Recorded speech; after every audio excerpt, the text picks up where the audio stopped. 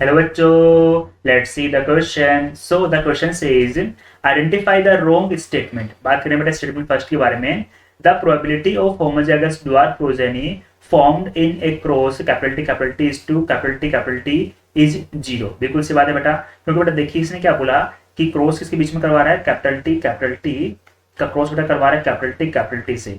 बेटा इस कंडीशन के अंदर सारी प्रोजेनी क्या बनेंगी, कैपिटल टी की ही बनेगी. यहाँ पर कोई भी ड्वार्फ प्रोजेनी ऑब्टेन नहीं होगी. So statement A is correct.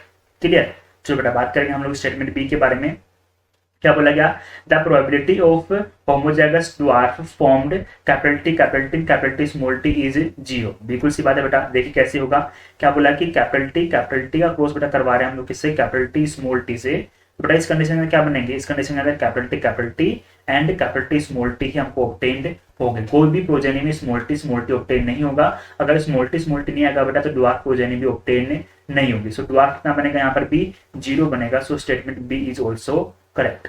Clear. Now the statement C, the heterozygous tall progeny formed in a cross capital T small t is 25%. चलो चेक कर लेते बेटा. क्या बोला कि कैपिटल टी का क्रॉस बेटा करवा रहा है किससे, कैपिटल टी स्मॉल टी से.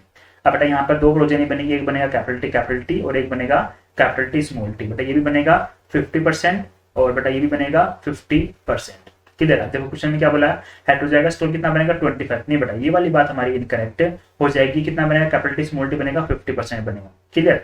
Now the last option is the homozygous tall progeny formed in a cross involving capital T to capital T equal to 1. बिल्कुल सी बात है बेटा.